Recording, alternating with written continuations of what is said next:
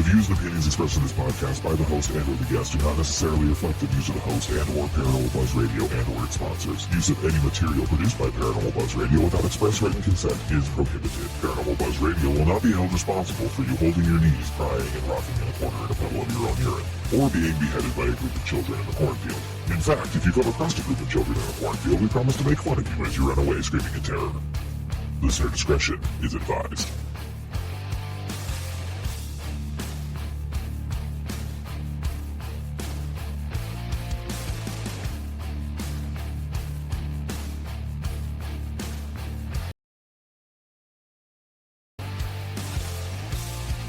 You're listening to RAP Paranormal and Friends with your hosts, Kim Purvis and Allison Robinson.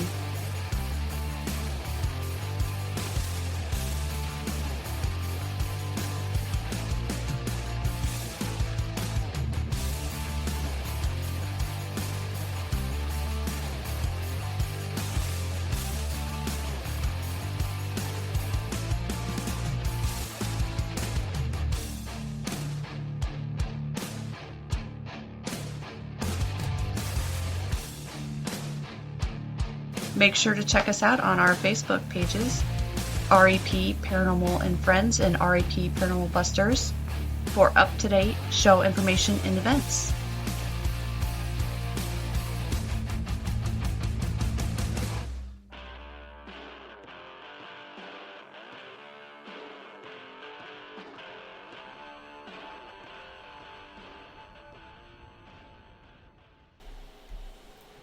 Hey everyone, welcome to RAP Paranormal and Friends. I have a special guest for you, Simon Kinney. He's an author, technologist, and educator whose work combines probing questions with technical thinking. Now, Simon has worked as a software developer. Obviously, he's a writer. He has a book out. And with his writings, he uses those to help better understand the contemporary world when he's not writing in code. So please give a warm welcome to Simon. Thank you for joining us.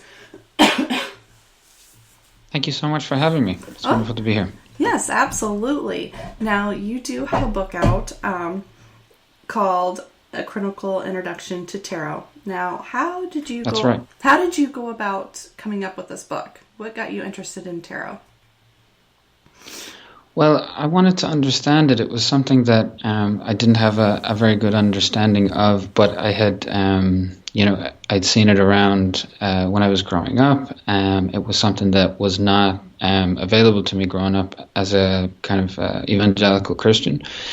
So there's that aspect of it, just as something unknown. But then later in life, whenever I started to get to know people who were into tarot, I had initially thought, okay, there's nothing really to this, but, and dismissed it prematurely, I suppose, just as some people do. Mm-hmm. And whenever I started reading more philosophy and anthropology, more about the various religions of the world, especially the philosophy aspect, I thought, there's dismissing the views of others and beliefs out of hand without, really any effort is, first of all, just not a very good way to be, not a good practice. Mm-hmm.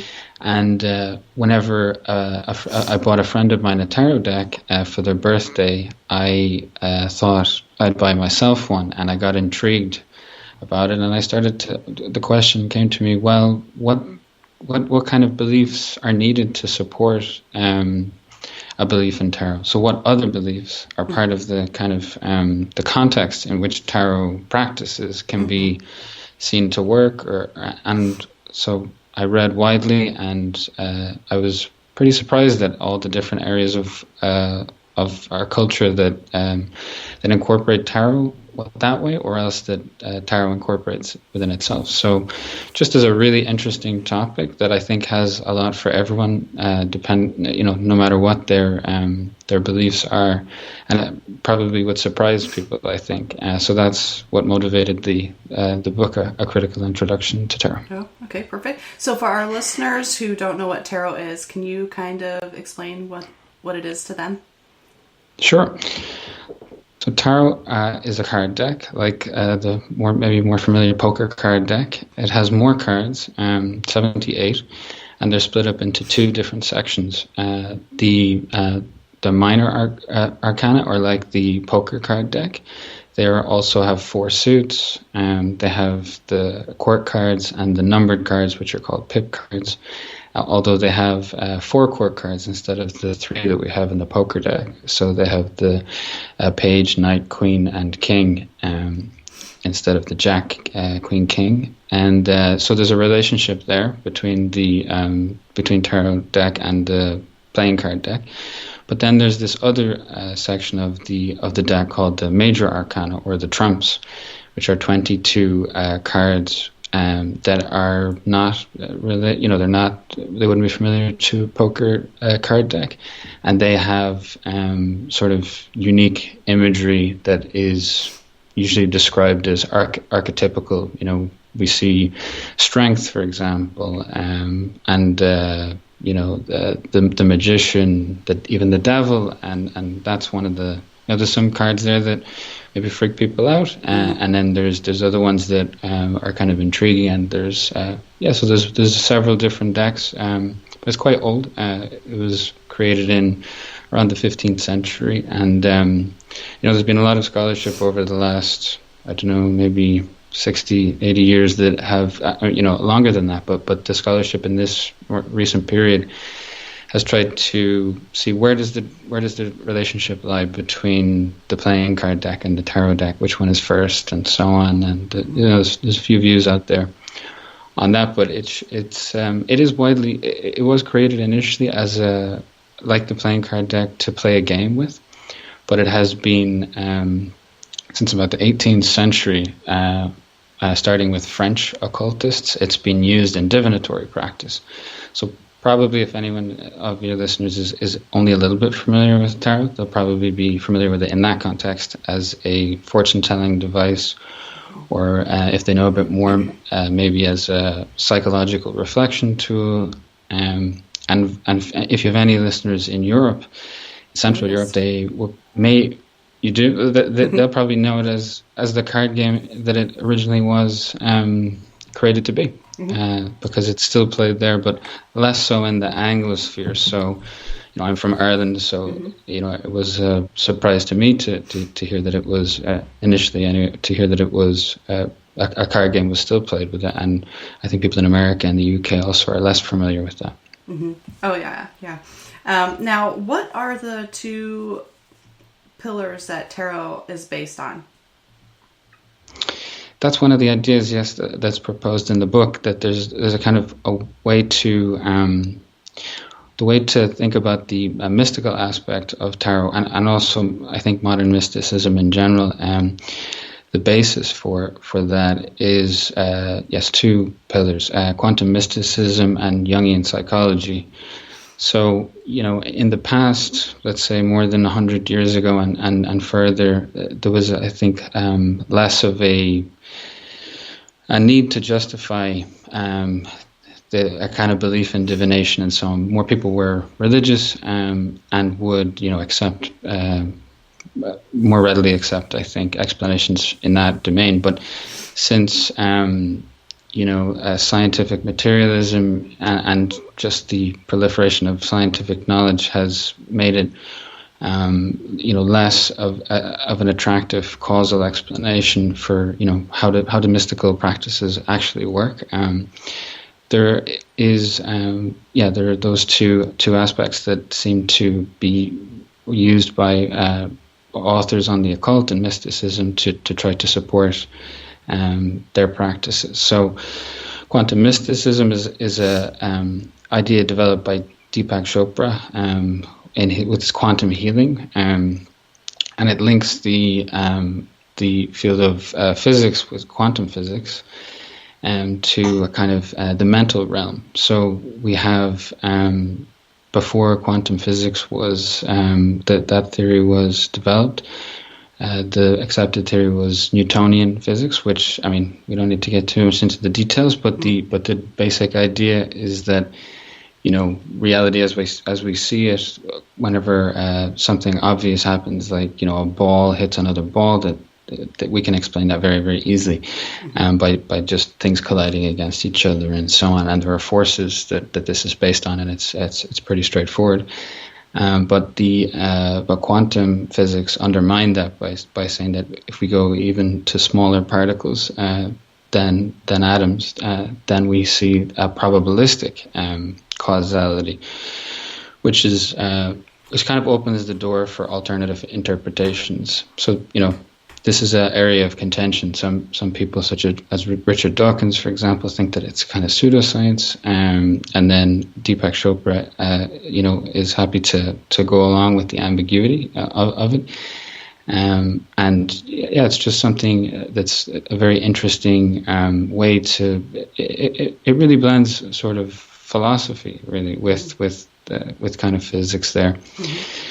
So there's that aspect. And then in terms of Jungian psychology, Carl Gustav Jung, the famous Swiss psychologist, the pupil of Sigmund Freud, was really influential on how we, with Freud, on how we think of the mind, our psychology, but also like what is consciousness. And Jung was actually quite mystical himself, and so he lends a credibility to a mystical interpretation because of the massive respect that people from all backgrounds and all fields have for him. It kind of we as a society, we really do accept like the Freudian and Jungian theory in general of the construction of the mind, that there's a conscious aspect that we know, we can easily comprehend, and then there's the unconscious aspect to ourselves, which is kind of like a dark underbelly that we're not really, we don't have direct access to. So strange feelings, weird dreams, all of that stuff. But Jung proposed that actually our own personal unconscious was connected in a larger collective unconscious, he called it. Mm-hmm. And he also challenged some of the ideas of causality, like that would have been based on the older Newtonian idea that I mentioned, with his really popular idea of synchronicity. Mm-hmm. So I suppose my book, A Critical Introduction to Tarot, is really like a literature review for someone to kind of be situated in what are the tarot authors and scholars saying. And so those two aspects, quantum mysticism and Jungian psychology, come up a lot in both tarot literature and also the wider sort of magic and occult literature that's related. It will be in areas of witchcraft and so on. Mm-hmm. Now, what is the spirituality portion of like tarot reading? You mean like how does it connect to people's spirituality? Mm-hmm. I mean, it's very personal, I suppose, and it's not something maybe I can, I'm not a practitioner myself, so what I'm more interested in is the, what kind of belief system do tarot practitioners have, and what are the sort of philosophical roots of that, or what are the spiritual roots of that? So, I would say that it really depends on our metaphysics. At least that's the argument of the book. How do we see ultimate reality? How do we see causality? And that really constrains like what things can be possible for us. So, for example, I was just reviewing the chapter that I have written on randomness, for example. Mm-hmm. So, one example might be if someone says that everything happens for a reason, and they really believe that, and also that's a strictly true sentence. So literally everything happens for a reason. Then that means that there really can be no random events. So, it's excluded almost by definition. So, how a tarot card reading works is that the reader, either the person if it's one person reading for themselves, or if it's a person going to a tarot reader, they'll shuffle the cards, and that is to introduce randomness into the deck, to reorder them in a way that we don't know what card is where. And that's common for many, if not all, divinatory practices, whether it's throwing dice or interpreting entrails or tea leaves or the interpretation of dreams, there's an aspect that's random or uncontrolled. And through that randomness, it's proposed that there's a connection to something, and it's what that something is that's the belief system of the practitioners. Some people often say today, the universe, but some kind of divine, aspect, or even ancestors, or else, if we think that we're all part of the same consciousness, then other parts of the consciousness of which we are all a part.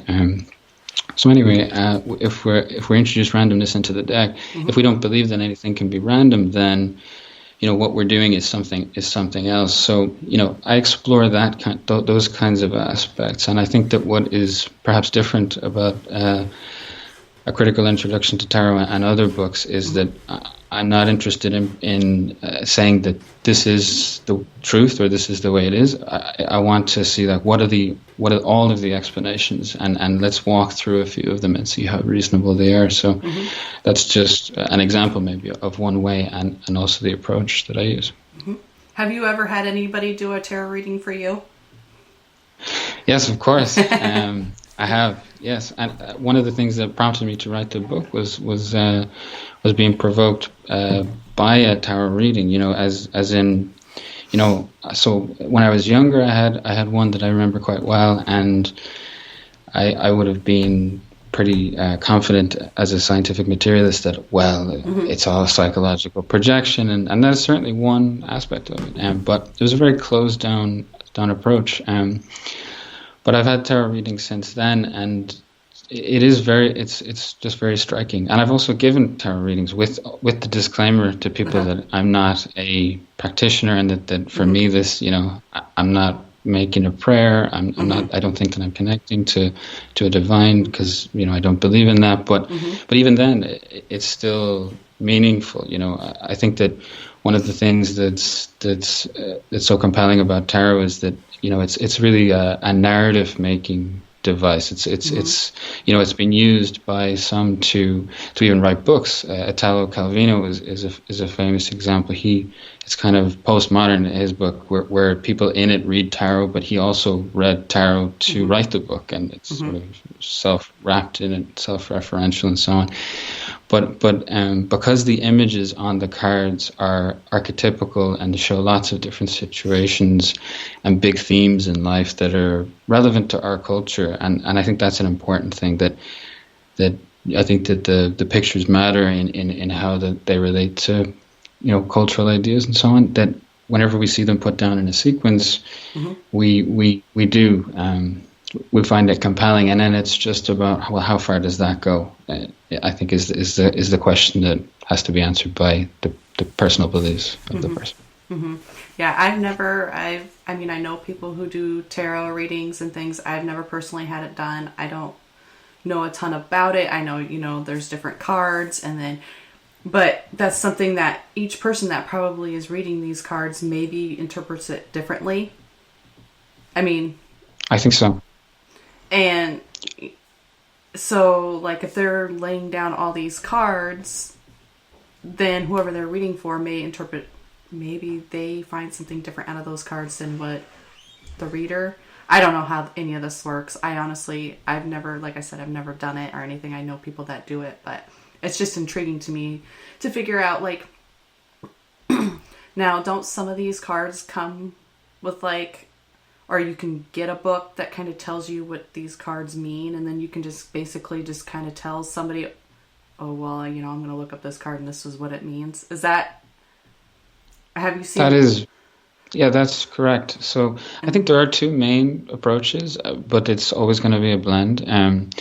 As you said, there are traditional meanings, and traditional in this sense really just means that are widely used, or maybe that have kind of crystallized over time. And it would depend somewhat on the decks, especially as some of the newer decks very much depart from the traditional way of doing tarot, of illustrating tarot.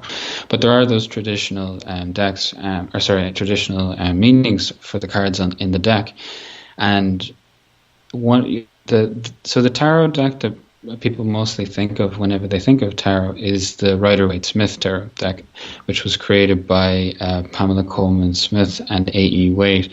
They were based in, they're from England, actually. They both have American roots as well, but they were in the English Magical Society, the Hermetic Order of the Golden Dawn, and around the early 1900s. And they, A.E. Waite really imbued a lot of symbolism in it and a lot of layers to the symbolism. So there's stuff in there that's got a Christian focus. There's numerology, there's astrology, there's Jewish mystic Kabbalah, and a lot of colors, shapes, symbols. Like, it's very, very multi-dimensional in that sense. And so there's a lot of in the traditional meanings, there's a lot of those different dimensions, that can be linked together, and a competent tarot reader will be able to kind of see the links. It could be something as simple as all the numbers that came out were fours or something, and then that's okay. Well, that is something I'm going to look into, or maybe the relationship between the numbers, the relationship between the suits, between all kinds of things. So there will be individual card meanings that, even if the person uses traditional meanings, which not all people do, the relationship then between the cards will always need to be interpreted. So imagine we do even a small number of cards. We pulled, let's say 3. We put them down on the table. That's the usual way for your listeners to know that tarot is done. It's called a tarot spread, and the layout of the cards on the table will be meaningful usually. So let's say we have a 3-card spread. The leftmost card would be the past, the center card would be the present, the right card would be the future.